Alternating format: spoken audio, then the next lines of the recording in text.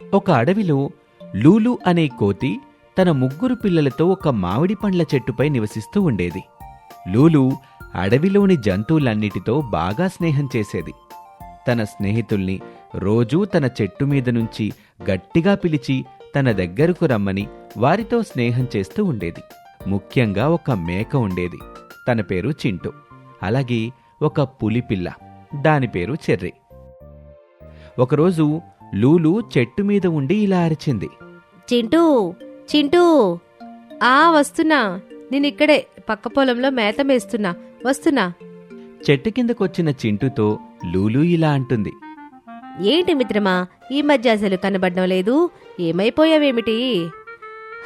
ఏమీ లేదు, ఆహారం వెతికి తినడం, ఇంటికి వెళ్ళడం. నాకు వేరే పని ఏముంటుంది చెప్పు. ఇదిగో ఈ మామిడి పండు తిను, చాలా రుచిగా ఉంటుంది. అమ్మా, ఎన్నాళ్ళకి మామిడి పండు దొరికింది. నాకు మామిడి పండు అంటే చాలా ఇష్టం అని ఆ మామిడి పండు తినేసి చింటూ అక్కడి నుంచి వెళ్ళిపోతుంది. అదేవిధంగా చెర్రీని కూడా అరచి తన మామిడి చెట్టు వద్దకు రమ్మని గట్టిగా పిలుస్తుంది. చెర్రీ, చెర్రీ, ఎక్కడున్నావు? Cherry, Cherry. లూలు, లూలు, నేనిక్కడే పక్కనే చిన్న పచ్చిక బయలుంటే అక్కడ ఆడుకుంటున్నాను. మరి ఇలా మా చెట్టు వద్దకి వస్తావా? వస్తున్నాను. అలా ఆ చెట్టు వద్దకొస్తుంది చెర్రీ. వచ్చాక, ఏంటి సంగతులు లూలు, నువ్వు నీ పిల్లలు క్షేమమేనా? ఊరికే పిలిచాను. మీ నాన్న అదీరా ఏం చేస్తున్నాడు? ఆయనకు వేట ముఖ్యం కదా, ఎక్కడో అడవిలో తిరుగుతూ ఉంటాడు. నువ్వేమో మాంసాహారివి, నీకు మామిడి పండ్లు ఇద్దామనుకుంటే నువ్వేమో తినవు. నీకు ఏమివ్వగలను? దాందేముంది మిత్రమా, నేనేమైనా నిన్ను అడిగానా? మన స్నేహంలో అలాంటివి ఉండకూడదు. మరెళ్ళొస్తాను, మా నాన్న వచ్చే సమయం అయింది అని అక్కడి నుంచి చెర్రీ వెళ్ళిపోతుంది. ఇంతలో కాలా అనే హైనా ఆ చెట్టు కింద ఉండటం లూలు చూస్తుంది. ఎవరు నువ్వు? ఇక్కడికి ఎందుకొచ్చావు? ఏం పని నీకు? మర్యాదగా ఇక్కడి నుంచి వెళ్ళిపో. చెట్టు మీద ఉన్నానని, నాకు చెట్టు ఎక్కటం రాదని ఎగిసి పడుతున్నావా? ఎప్పుడు ఒకప్పుడు నువ్వు నీ పిల్లలు చెట్టు దిగక మానరు, అప్పుడు నీ పిల్లలు నాకు ఆహారం అవ్వక మానరు. అయ్యో, నేనేం పాపం చేశాను? నన్ను వదిలిపెట్టు. నా పిల్లలు నీకేం అన్యాయం చేశారు? వాళ్ళను తింటే నీ కళ్ళు పోతాయి. కావాలంటే నన్ను తిను. మరింకెందుకు ఆలస్యం, రా, కిందకి దిగిరా. నేను చనిపోతే నా పిల్లలకి ఎవరు దిక్కు? అవన్నీ నాకు అనవసరం, మర్యాదగా కిందకు దిగిరా. దీనికి వేరే మార్గం లేదా? నేను చనిపోవలసిందేనా? నీకు బదులుగా నీ స్నేహితుల్ని అప్పచెప్పు, అప్పుడు నిన్ను వదిలేస్తాను. ఎంత అపచారం! నా స్నేహితులను నీకు అప్పచెప్పాలా? ఇదెంతవరకు న్యాయం? మర్యాదగా కిందకి దిగిరా. సరే, ఏం చేస్తాం? నా మిత్రుడైన చింటూని పిలుస్తాను. నువ్వు వాడిన ఆహారంగా తిని నన్నొదిలి ఇక్కడి నుండి వెళ్ళిపో. ఇక ఇంకెప్పుడు రానని నాకు మాట ఇవ్వు. ఇంకెప్పుడు ఈ దరిదాపులకి కూడా రాను. నీ మిత్రుణ్ణి పిలువు, నాకు చాలా ఆకలిగా ఉంది. చింటూ, చింటూ, వస్తున్నా. నేనిక్కడే పక్క పొలంలో మేత మేస్తున్నాను, వస్తున్నా. త్వరగా ఇక్కడికి రా. అలా వచ్చిన చింటూ నిర్ఘాంతపోయి అక్కడే ఉన్న కాలాను చూసి ఇలా అంటుంది, ఎంత పని చేసావు లూలు? ఈ దుర్మార్గుడికి నన్ను అప్పచెప్పడానికి నువ్వు నన్ను పిలిచావా? నన్ను క్షమించు, నాకు వేరే మార్గం లేక నేనిలా అప్పచెప్పవలసి వచ్చింది. వెంటనే కాలా చింటూ మీద పడి దాన్ని చంపి తినేస్తుంది. ఇక వెళ్ళు, నీ ఆకలి తీరింది కదా. ఈరోజు నాకు చాలా సంతోషంగా ఉంది. ఈరోజు నాకు మంచి ఆహారం ఇప్పించావు. నిన్ను నీ పిల్లలను ఏమీ చెయ్యను, వెళ్తున్నా అని కాలా అక్కడి నుంచి వెళ్ళిపోయింది. కానీ మరుసటి రోజు మళ్ళీ వచ్చింది. మళ్ళీ వచ్చావేమిటి? రానన్నావు కదా. మళ్ళీ ఈరోజు నాకు ఆకలి వేసింది. ఆకలి వేస్తే ఆహారం వెతుక్కో, అంతేకాని నా దగ్గరికి వస్తావేమిటి? అయినా మళ్ళీ రానని నాకు మాట ఇచ్చో. నేను అబద్ధం చెప్పాను. నాకు మళ్ళీ ఇంకొక ప్రాణిని ఆహారంగా ఇప్పించు, లేకపోతే నీ పిల్లల్ని తినేస్తాను. అయ్యో దేవుడా, ఏంటి నాకు ఈ అగ్ని పరీక్ష? అయితే ఒక పని చేస్తాను, చెర్రీని పిలుస్తా. చెర్రీ చెర్రీ ఎక్కడున్నావు? హా వస్తున్నాను. అలా చెట్టు వద్దకొస్తుంది చెర్రీ. రాగానే కాల చెర్రీ మీద పడ్డంతో చెర్రీ తప్పించుకొని పరిగెడుతూ ఉంటుంది. ఇంతలో చెర్రీ నాన్న అధీరా అక్కడికొస్తాడు. కాలాను బాగా కొట్టి చంపేస్తాడు.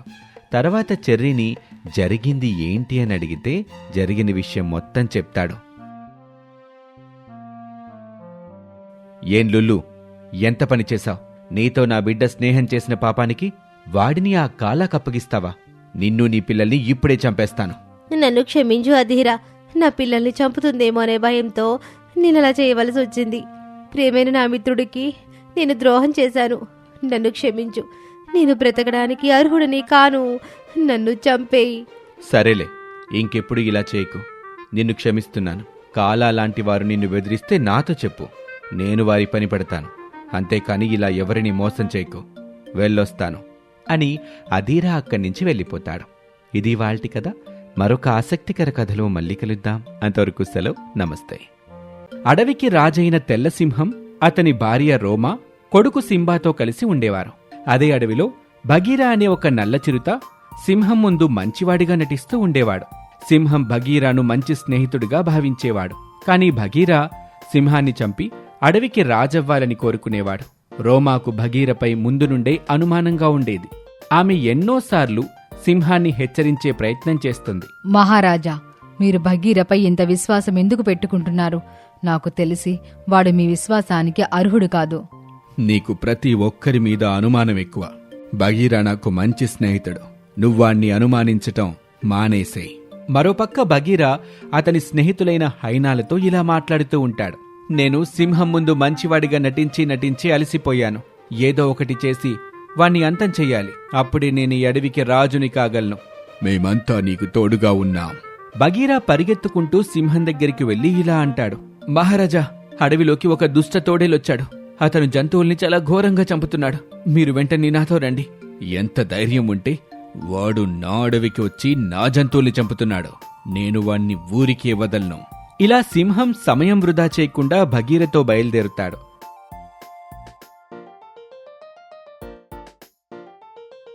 భగీరా, ఎక్కడున్నాడు ఆ దుష్ట తోడేలు? సింహం తోడేలును వెతుకుతూ ఉండగా భగీర వెనక నుండి వచ్చి ఒక్కసారిగా సింహంపై దాడి చేస్తాడు. అకస్మాత్తుగా జరిగిన దాడి వల్ల సింహానికి ఏం జరిగిందో ఏమీ అర్థం కాదు. అతను అదుపు తప్పి లోయలో పడిపోతాడు. అది చూసి భగీర అతని స్నేహితులు ఎంతగానో ఆనందిస్తారు. భగీరా అతని స్నేహితుల్ని తీసుకుని రోమా దగ్గరికి వెళ్తాడు. రోమా భగీరా మరియు అతని స్నేహితుల్ని చూసి ఒక్క క్షణం కంగారు పడుతుంది. భగీరా, నువ్వేంటిక్కడా? రోమా, నేను నీ భర్తను చంపేశాను. ఇప్పుడు ఈ అడవికి నేనే రాజుని. ఇది విన్న రోమా కంగారు పడుతుంది. తను కోపంగా ఇలా అంటుంది. నాకు ముందే తెలుసు నువ్వు మిత్రుడివి కాదు, శత్రువని. నేనీ విషయం మహారాజు గారికి ఎన్నోసార్లు చెప్పాను. కాని ఆయనే నా మాట పట్టించుకోలేదు. భగీరా, నేను నిన్నిక వదలను. మిత్రులారా, ఈ తల్లి కొడుకుల్ని చంపేయండి. హైనాలు రోమా మరియు అతని బిడ్డపై దాడి చేయబోతూ ఉండగా రోమా ఒక్క క్షణం కూడా ఆలోచించకుండా సింబాను తన వీపుపై ఎక్కించుకొని అక్కడి నుండి పరుగులు తీస్తుంది. హైనాలు రోమా వెనకాలే పరిగెడుతూ ఉంటాయి. ఆమె సింబాను నది దగ్గరే ఉన్న ఒక బుట్టలో పెట్టి ఆ బుట్టను నదిలో వదిలేస్తుంది. రోమా హైనాలతో తలబడుతుంది. హైనాలు మరియు రోమా మధ్య పెద్ద గొడవే జరుగుతుంది. ఇంతలో అక్కడికి భగీర వస్తాడు. భగీర రోమాపై దాడి చేస్తాడు. రోమా గాయాల పాలై కింద పడిపోతుంది. మిత్రులారా, ఈమెను ఇంత సులువుగా చంపకండి. భగీరా, ఈమె తన కొడుకుని బుట్టలో పెట్టి నీళ్లలో వదిలేసింది. పోనీలే, ఈమె మన పనిని సులువు చేసింది. ఆ పిల్ల బచ్చగాడు నీళ్లలో మునిగి ఎప్పుడో చనిపోయుంటాడు. నా కొడుకు తప్పకుండా తిరిగి వస్తాడు. అతను నిన్ను అంతం చేస్తాడు. నీ కొడుకు ఎప్పుడో నీళ్లలో మునిగి చనిపోయుంటాడు. నువ్వు అనవసరంగా పగటి కలలు కనటం మానేయ్. మరోవైపు ఒక పులి నీళ్లు తాగడానికి చెరువు దగ్గరికి వస్తుంది. అంతలో ఆ పులి దృష్టి నీళ్లలో కొట్టుకొస్తున్న బుట్టపై పడుతుంది. పులి సింబాను నీళ్లలో నుండి ఒడ్డుకు లాగుతుంది. అరే, ఈ బిడ్డ ఎంత అందంగా ఉన్నాడో! ఎవరి బిడ్డో ఏమో, ఎక్కడి నుండి వచ్చాడో! నేనీ బిడ్డకి తల్లినే, వీడి బాగోగులు చూసుకుంటాను. ఇలా పులి సింబాకు తల్లై అతని బాగోగులు చూస్తూ ఉంటుంది. సింబా పులితో చాలా ఆనందంగా ఉంటాడు. అమ్మా, నువ్వొక పులివి, నేనొక సింహాన్ని. నేను నీ కొడుకునెలా అయ్యానమ్మా? బాబు, నాకు తెలుసు నువ్వు ఏదొక రోజు ఈ ప్రశ్నని అడుగుతావని. బాబు, నాకు నాన్న వాళ్ళు ఎవరూ లేరు. నువ్వు నాకు నీళ్ళల్లో దొరికావు. నేను నీ ప్రాణాలను కాపాడి నిన్నా బిడ్డగా పెంచుకున్నాను. ఇలా పులి సింబాకు జరిగిన విషయం మొత్తం చెప్తుంది. అమ్మా, నా తల్లిదండ్రులు ఎవరు, ఎక్కడున్నారు, వాళ్ళకేం జరిగిందో తెలియదు, కానీ నువ్వు నన్ను చాలా బాగా చూసుకున్నావు. బహుశా నా సొంత తల్లి ఉండుంటే తను కూడా నన్నింత బాగా చూసుకునేది కాదేమో. అమ్మా, నువ్వెప్పటికీ నా తల్లిగానే ఉంటావు. ఇప్పుడు నేను నదికి అటుపక్కకు వెళ్ళి నా తల్లిదండ్రులు ఎవరో ఎలా ఉన్నారో తెలుసుకోవాలనుకుంటున్నాను. సరే బాబు, నేను కూడా నీతో పాటు వస్తాను. ఇలా పులి మరియు సింబా నదికి అటుపక్కన ఉన్న అడవికి వస్తారు.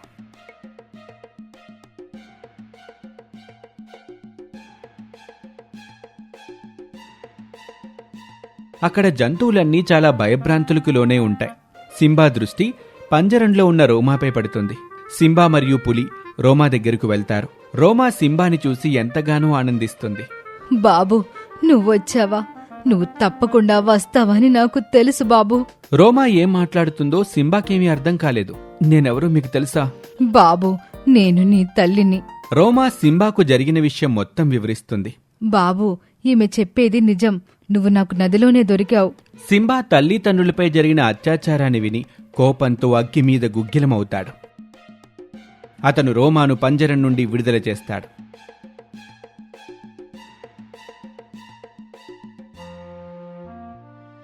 బగీరా సింబాని చూసి కంగారు పడతాడు. ఓరే బగీరా, నేను చెప్పాను కదరా నా కొడుకు వస్తాడని. ఇప్పుడు నీ అంతం ఖాయం. అలా నిలబడి మొహాలు చూస్తారేంటి? అంతం చెయ్యండి వాణ్ణి. హైనాలు సింబాపై దాడి చేస్తాయి.